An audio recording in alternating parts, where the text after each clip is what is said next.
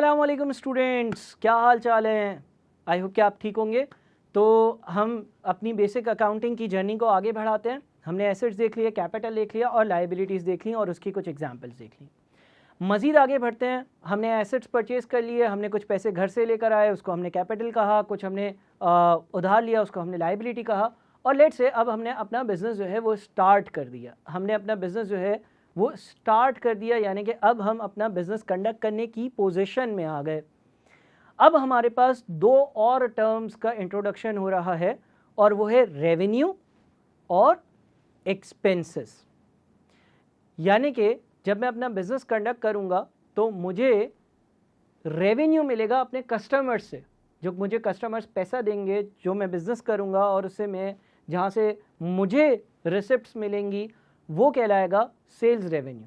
अच्छा, फिल वक्त मैं इसको रिसिप्ट्स कह रहा हूँ, लेकिन बाद में इसको थोड़ा सा मैं बाइफरकेट करूँगा। कभी कभार ऐसा होता है कि आपका एक रेवेन्यू तो होता है लेकिन वो रिसीव नहीं होता, वो बाद में रिसीव होता है। दूसरी तरफ मेरे कुछ एक्सपेंसेस हैं, यानी कि मेरे खर्चे हैं। तो जब एक बिज़नेस चलना स्टार्ट होता है तो उसके मुख्तलिफ रेवेन्यू की सोर्सेज होती हैं और फिर उसके मुख्तलिफ तरह के खर्चे होते हैं, यानी कि एक्सपेंसेस होते हैं। और इन दोनों के डिफरेंस से एक बिज़नेस जो है वो प्रॉफिट कमाता है। लेट्स से हम एक एजुकेशनल एक इंस्टीट्यूट की एग्जांपल लेते हैं। एक एजुकेशनल इंस्टीट्यूट ने कुछ एसेट्स परचेज़ करे। एजुकेशनल इंस्टीट्यूट जो है उसके जो ओनर्स थे, कुछ पैसे वो अपने घर से लेकर आए यानी कि कैपिटल, और कुछ उन्होंने उधार लिया यानी कि लायबिलिटी। उन्होंने अपना बिज़नेस स्टार्ट करा। उन्होंने जो है वो CA, ACCA, inter, matric, O levels, A levels या कोई और दीगर क्वालिफ़िकेशंस जो है वो पढ़ाना स्टार्ट करी। अब जब उन्होंने वो क्वालिफ़िकेशंस पढ़ाना स्टार्ट करी तो बच्चों ने उनके पास एडमिशन्स लिए तो मैंने उनसे एडमिशन फ़ीस चार्ज करी। मैंने बच्चों से एडमिशन फ़ीस ली और साथ में मैंने उनको हर क्लास या हर सब्जेक्ट की अलग फ़ीस या मंथली मैंने उनसे जो है वो एक फ़ीस तय कर ली। लेट से हर महीने जो है वो स्टूडेंट्स को मैंने ये कह दिया कि आप 25,000 रुपये मुझे फ़ीस दोगे। ये जो स्टूडेंट से मुझे फ़ीस रिसीव हुई, जो एडमिशन फ़ीस रिसीव हुई, जो मुझे मंथली फ़ीस रिसीव हुई, या जो मुझे पर सब्जेक्ट फ़ीस का अमाउंट रिसीव हुआ, ये एजुकेशनल इंस्टीट्यूट का रेवेन्यू कहलाएगा। मिसाल के तौर पर पूरे इंस्टीट्यूट में 200-300 बच्चे पढ़ते थे, उन्होंने जो है वो मुझे एडमिशन फ़ीस दी और उसके अलावा मैंने एक मंथली फ़ीस उनके लिए रखी हुई थी, वो उन्होंने दी। और उससे मुझे जो भी कलेक्शंस हुई, या किसी बच्चे ने एडमिशन लिया और उसने बोल दिया कि जी मैं कुछ टाइम बाद, 15 दिन बाद, 20 दिन बाद पैसे पे करूँगा, लेकिन मुझे पता है कि ये बंदा पैसे पे कर देगा, ये बच्चा पैसे पे कर देगा, तो ये सारा का सारा अमाउंट मेरा रेवेन्यू कहलाएगा। इसके बाद जब मैं अपना बिज़नेस करूंगा तो मेरे बिज़नेस के मुख्तलिफ तरह के एक्सपेंसेस होंगे। एक्सपेंसेस किस तरह के हो सकते हैं?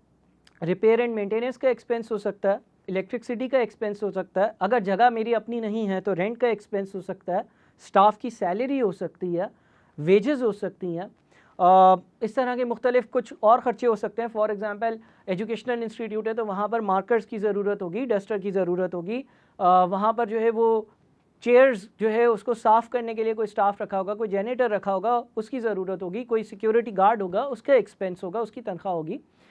तो ये सारी चीज़ें जो एक एजुकेशनल इंस्टीट्यूट बर्दाश्त कर रहा होता है, ये उसके एक्सपेंसेस कहलाते हैं। ये याद रहे कि जो रेवेन्यू है ओनर वो नहीं कमाता। ज़ाहिर है रेवेन्यू उसको रिसीव होगा और उसमें से वो एक्सपेंसेस को पहले पे ऑफ करेगा, और जब एक्सपेंसेस उसमें से माइनस कर दिए जाएंगे तो जो बच जाएगा वो नफ़ा या प्रॉफिट कहलाएगा। यानी कि इन सिंपल टर्म्स हम ये कह सकते हैं कि profit is equals to revenue minus expenses. I repeat, profit is equals to revenue minus expenses. अगर हम प्रॉफिट कैलकुलेट करना चाहें तो हम रेवेन्यू में से सारे एक्सपेंसेस को जब माइनस करते हैं तो हमारा प्रॉफिट सामने आ जाता है। लेट्स से इस इंस्टीट्यूट का टोटल पूरे महीने का जो सेल्स रेवेन्यू था या जो रेवेन्यू था वो 25 लाख रुपए था, और इसके जो इतने भी जो खर्चे थे वो 15 लाख रुपए था। तो इस इंस्टीट्यूट के ओनर ने जो कमाया वो 25 लाख माइनस 15 लाख यानी कि 10 लाख रुपए कमाए। ये इस इंस्टीट्यूट का प्रॉफिट कहलाएगा। तो यहाँ पर मैंने आपके साथ दो और टर्म्स इंट्रोड्यूस करी, एक्सपेंस और रेवेन्यू। यानी कि अब टोटल 5 बातें ब्रॉडली हो गई, और वो 5 बातें क्या हैं? Assets, capital, liability, expense, revenue. Assets हर वो चीज़ जिसके ज़रिए मैं अपना बिजनेस कंडक्ट करूँगा, कैपिटल मेरी अपनी इन्वेस्टमेंट अगर मैं ओनर हूँ, लायबिलिटी उधार, एक्सपेंस यानी कि जितने भी खर्चे जो मैं फेस करूंगा, और रेवेन्यू जो मेरी रिसिप्ट्स होंगी, या मैं किसी को अगर क्रेडिट पर सर्विस दे रहा हूं तो मैं एक्सपेक्टेड जो मेरी रिसिप्ट्स होंगी वो। तो इस तरह से हमारे सामने अब 5 चीज़ें आ गई। इन 5 चीज़ों को शॉर्ट फॉर्म में कुछ वीडियोस में मैं एज एल्सर रेफ़र करूँगा। एल्सर, ALCER, एल्सर। A for assets, L for liabilities, C for capital, E for expenses और R फॉर रेवेन्यू। सो ये शॉर्ट फॉर्म आप याद रखिएगा, एल्सर। एल्सर मीन्स के 5 अकाउंटिंग के components, asset, liability, capital, expense और रेवेन्यू। उम्मीद है कि इस वीडियो के ज़रिए आपको एक्सपेंस और रेवेन्यू के बीच का जो डिफरेंस है वो ज़रूर समझ आया होगा।